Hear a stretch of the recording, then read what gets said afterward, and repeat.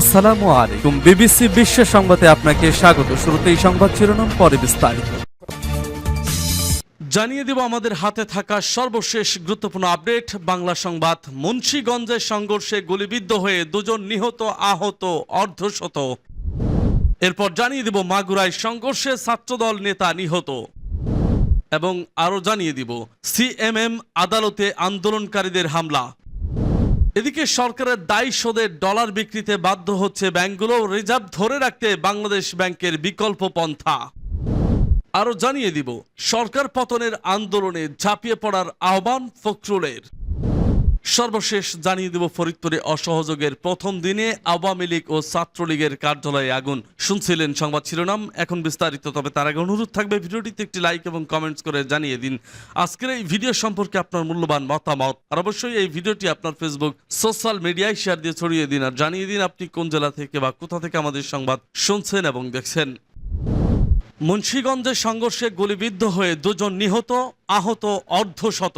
মুন্সিগঞ্জ শহরে সর্বাত্মক অসহযোগ কর্মসূচি ঘিরে আজ রোববার আন্দোলনকারীদের সঙ্গে আওয়ামী লীগের নেতাকর্মীদের সংঘর্ষে গুলিবিদ্ধ হয়ে দুজন নিহত হয়েছেন, আহত হয়েছেন অর্ধশত। সকাল 10:45টার দিকে শহরের সুপার মার্কেট এলাকায় দুই পক্ষের মধ্যে পাল্টাপাল্টি ধাওয়া ও সংঘর্ষ শুরু হয়। তাৎক্ষণিকভাবে নিহত দুজনের পরিচয় পাওয়া যায়নি। তাদের বয়স 22 থেকে 25 বছর। মুন্সিগঞ্জ জেনারেল হাসপাতালের তত্ত্বাবধায়ক আবু হেনা জামাল আজ দুপুর 12:15টার দিকে প্রথম আলোকে বলেন, সকাল 10টা থেকে 10:30টার দিকে 25 থেকে 30 জনকে গুলিবিদ্ধ অবস্থায় হাসপাতালে আনা হয়। তাদের মধ্যে দুজন মৃত ছিলেন। তাদের বয়স 22 থেকে 25 বছর। আহতদের প্রাথমিক চিকিৎসা দিয়ে ঢাকার বিভিন্ন হাসপাতালে পাঠানো হয়েছে।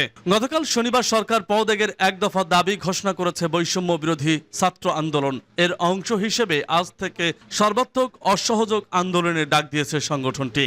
আজ সকালে মুন্সিগঞ্জ শহরে বিভিন্ন এলাকায় অবস্থান নেন আন্দোলনকারীরা। সকাল 10:45টার দিকে শহরের সুপার মার্কেট এলাকায় আন্দোলনকারীদের সঙ্গে আওয়ামী লীগের নেতাকর্মীদের সংঘর্ষ শুরু হয়। এ সময় দুই পক্ষের মধ্যে পাল্টাপাল্টি ধাওয়ার ঘটনা ঘটে। কয়েকটি মোটর সাইকেল পুড়িয়ে দেওয়া হয়। পরিস্থিতি নিয়ন্ত্রণে পুলিশ কাঁদানে গ্যাসের সেল ছোড়ে।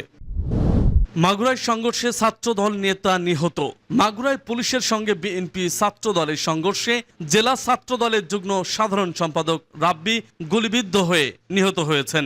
রোববার বেলা 11টার দিকে শহরের পরনান্দোয়ালি এলাকায় এ ঘটনা ঘটে। জেলা বিএনপি নেতা অ্যাডভোকেট মিজানুর রহমান এ তথ্য নিশ্চিত করেছেন। এদিকে সংঘর্ষের ঘটনায় বেশ কয়েকজন আহত হয়েছেন। এখনও এলাকায় উত্তেজনা রয়েছে। থেমে থেমে ধাওয়া পাল্টা ধাওয়ার ঘটনা ঘটছে। এদিকে মোহাম্মদপুর উপজেলার আওয়ামী লীগের অফিস সহ সরকার দলীয় নেতাকর্মীদের ব্যবসা প্রতিষ্ঠানে ভাঙচুর ও আগুন দেওয়ার খবর পাওয়া গেছে। সিএমএম আদালতে আন্দোলনকারীদের হামলা। ঢাকার চিফ মেট্রোপলিটন ম্যাজিস্ট্রেট আদালতে হামলা চালিয়েছে আন্দোলনকারীরা। এ সময় তারা গেট ভেঙে আদালতের ভেতরে প্রবেশ করেন। রোববার বেলা 11:50 দিকে আন্দোলনকারীরা গেট ভেঙে ভেতরে প্রবেশ করে। এ সময় তারা লাঠি সোঁটা ইট পাটকেল নিক্ষেপ করে। জানা গেছে ছাত্রলীগ, যুবলীগ ও আওয়ামী লীগের কর্মীরা সিএমএম কোর্টের সামনে অবস্থান নিয়েছে। পরে আন্দোলনকারীরা রায় সাহেব বাজার মোড় ও তাঁতিবাজার দিকে পিছু হটে। এর আগে বেলা 11টার দিকে ফটক ভাঙার চেষ্টা করার পর আন্দোলনকারীরা মিছিল নিয়ে রায় সাহেব বাজারের দিকে চলে যায়। এ সময় তারা পুলিশের একটি গাড়ি ভাঙচুর করে। এ ঘটনার পর সিএমএম আদালতের প্রধান ফটকে তালা লাগিয়ে আটকে দেওয়া হয়। এ সময় আইনজীবী ও বিচার প্রার্থীরা ভেতরে প্রবেশ করতে পারেননি কেউ, ফলে তারা ফটকের বাইরে অপেক্ষা করতে থাকেন। এদিকে সরকার পতনের দাবিতে বিএনপি পন্থী আইনজীবীরা ঢাকার নিম্ন আদালতে বিক্ষোভ মিছিল করেছে। রোববার সকাল 11:30টার পর তারা ঢাকার চিফ মেট্রোপলিটন ম্যাজিস্ট্রেট আদালত প্রাঙ্গণে এ বিক্ষোভ শুরু করেন। জানা গেছে আদালত প্রাঙ্গণে এ বিক্ষোভ পালনের পর তারা মিছিল নিয়ে ঢাকা আইনজীবী সমিতির দিকে চলে যান। এরও আগে রোববার সারা দেশে অসহযোগ আন্দোলনের ডাক দেয় বৈষম্য বিরোধী ছাত্র আন্দোলন। একই সঙ্গে বেলা 11টা দেশের গুরুত্বপূর্ণ পয়েন্টগুলোতে বিক্ষোভ ও গণসমাবেশের ডাক দেয় আন্দোলনকারীরা। শনিবার মধ্যরাতে এক সামাজিক যোগাযোগ মাধ্যম ফেসবুকে একটি পোস্ট দিয়ে এসব তথ্য জানান বৈষম্য বিরোধী ছাত্র আন্দোলনের সমন্বয়ক আসিফ মাহমুদ। সরকারের দায় শোধে ডলার বিক্রিতে বাধ্য হচ্ছে ব্যাংকগুলো। রিজার্ভ ধরে রাখতে বাংলাদেশ ব্যাংকের বিকল্প পন্থা। গ্রাহকের দায় পরিশোধে কিছু ব্যাংক নির্ধারিত দরের চেয়ে বাড়তি দরে রেমিটেন্স সংগ্রহ করছে। এরপরেও গ্রাহকদের চাহিদা পূরণে হিমশিম খেতে হচ্ছে। ব্যাংকগুলোর গ্রাহক সামলাতে যখন হিমশিম খেতে হচ্ছে, তখন কিছু ব্যাংকে সরকারি কেনাকাটার দায় পরিশোধে সোনালী ব্যাংকের কাছে ডলার বিক্রি করতে বাধ্য করা হচ্ছে। এতদিন বাংলাদেশ ব্যাংক তার রিজার্ভ থেকে এ অর্থ পরিশোধ করত। মূলত আইএমএফ এর কাছ থেকে ঋণ পাওয়ার শর্ত পরিপালনের জন্য একটি নির্ধারিত সীমার মধ্যে রিজার্ভ ধরে রাখতে কেন্দ্রীয় ব্যাংক থেকে এ পন্থা অবলম্বন করছে বলে ব্যাংকাররা জানিয়েছেন। এর ফলে ব্যাংকগুলোর অভ্যন্তরীণ চাপ আরো বেড়ে গেছে। এদিকে কেন্দ্রীয় ব্যাংক থেকে নানা উদ্যোগ নেওয়ার পরেও রিজার্ভ প্রতি মাসেই কমে যাচ্ছে। বাংলাদেশ ব্যাংকের সর্বশেষ পরিসংখ্যান থেকে দেখা যায়, জুনের তুলনায় জুলাই শেষে বৈদেশিক মুদ্রার রিজার্ভ 1.3 বিলিয়ন ডলার কমে গেছে। বিপিএম 6 অনুযায়ী দেশের জুলাই শেষে রিজার্ভ নেমেছে 20.49 বিলিয়ন ডলার। জুনে যা ছিল 21.79 বিলিয়ন ডলার। যদিও আইএমএফ এর হিসেবে অনুযায়ী প্রকৃত রিজার্ভ আরো কম বলে সংশ্লিষ্ট সূত্র জানিয়েছে। সোনালী ব্যাংকের দায়িত্বশীল এক সূত্র জানিয়েছে, পণ্য আমদানিতে বকেয়া দায় এখন 700 মিলিয়ন এরও বেশি উপরে চলে গেছে। অনেক ব্যাংক নানা উপায় অর্থাৎ নির্ধারিত দরের চেয়ে বাড়তি দরে রেমিটেন্স সংগ্রহ করে থাকে, কিন্তু সোনালী ব্যাংক থেকে নির্ধারিত দরের চেয়ে বেশিতে $1 রেমিটেন্স সংগ্রহ করে না। এর ফলে আগে যখন রেমিটেন্স সংগ্রহের দিক সরকারের প্রায় যাবতীয় কেনাকাটার জন্য আমদানি ঋণপত্র স্থাপন অর্থাৎ এলসি খুলে থাকে, এর ফলে নিয়মিত আমদানি দায় পরিশোধ করা যাচ্ছে না। সরকার পতনের আন্দোলনে ঝাঁপিয়ে পড়ার আহ্বান ফখরুলের। ঐক্যবদ্ধ হয়ে সরকার পতনের আন্দোলনে ঝাঁপিয়ে পড়তে জনগণের প্রতি আহ্বান জানিয়েছেন বিএনপির মহাসচিব মির্জা ফখরুল ইসলাম আলমগীর। রোববার দুপুরে রাজধানীর গুলশানে দলীয় চেয়ারপারসনের কার্যালয়ে এক সংবাদ সম্মেলনে তিনি এ আহ্বান জানান। ফখরুল বলেন, আমরা আমাদের দলের পক্ষ থেকে ছাত্রদের এই যৌক্তিক ন্যায়সঙ্গত শান্তিপূর্ণ আন্দোলনকে পূর্ণ সমর্থন জানিয়েছি।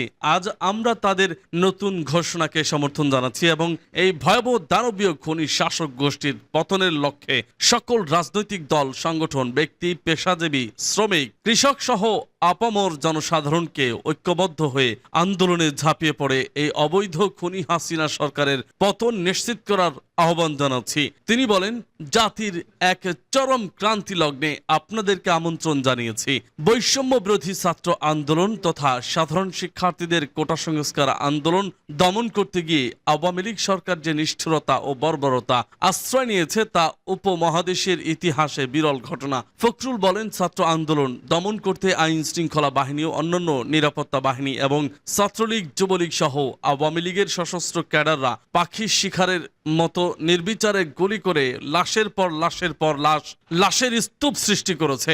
ব্যাপক রক্তপাত ঘটিয়েছে। হাজার হাজার মানুষ গুলিবিদ্ধ হয়ে আশঙ্কাজনক অবস্থায় আছেন। সরকার তাদের এই বর্বরতা আড়াল করতে সন্ত্রাসী বাহিনী দিয়ে কিছু স্থাপনায় ধ্বংসযজ্ঞ চালিয়ে এর দায় বিরোধী দলের উপর চাপিয়ে দেওয়ার অপচেষ্টা করছে।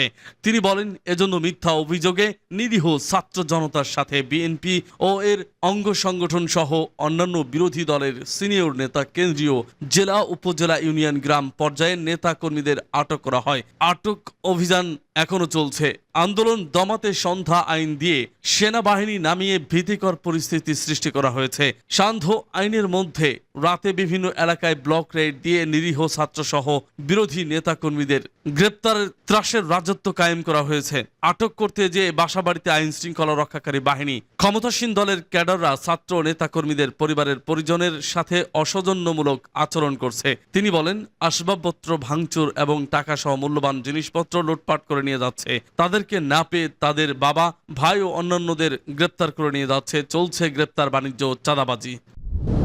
ফরিদপুরে অসহযোগের প্রথম দিনে আওয়ামী লীগ ও ছাত্রলীগের কার্যালয়ে আগুন। ফরিদপুরে বৈষম্য বিরোধী ছাত্র আন্দোলনের অসহযোগ কর্মসূচির প্রথম দিনে আগুন দেওয়া হয়েছে। জেলা আওয়ামী লীগ ও ছাত্রলীগের কার্যালয়ে আজ রোববার বেলা 11টার দিকে শহরের হাসিবুল হাসান লাবলু সড়কে অবস্থিত জেলা আওয়ামী লীগ কার্যালয়ে হামলা করা হয়। হামলার মুখে ওই কার্যালয়ের সামনে অবস্থানকারী আওয়ামী লীগের কর্মীরা পালিয়ে যান। পরে বিক্ষুব্ধ আন্দোলনকারীরা আওয়ামী লীগ কার্যালয়ের সামনে অবস্থিত 8টি মোটরসাইকেলে আগুন ধরে ধরিয়ে দেন। পরে কার্যালয়ের ভেতরে ঢুকে ব্যাপক ভাঙচুর করা হয়। বেলা 11:30টার দিকে বিক্ষুব্ধরা সরকারি রাজেন্দ্র কলেজের ছাত্র সংসদের ভবন দখল করে বানানো জেলা ছাত্রলীগের কার্যালয়ে ভাঙচুর ও অগ্নিসংযোগ করে। এরপর বিক্ষোভকারীরা ফরিদ শাহ সড়ক ধরে কোর্ট এলাকার দিকে যেতে চাইলে রাজেন্দ্র কলেজ ও জেলখানার মোড়ে বাধা দেয় পুলিশ। এ সময় police rubber bullet, sound grenade ও কাঁদানে গ্যাস ছুড়ে পরিস্থিতি নিয়ন্ত্রণের চেষ্টা করে। দুপুর 12:15টার দিকে বিক্ষোভকারীরা থানা রোডে অবস্থিত শহর আওয়ামী লীগের কার্যালয়ে হামলা করেন। এর আগে সকাল 10টার দিকে অসহযোগ আন্দোলনের সমর্থনে কয়েকশো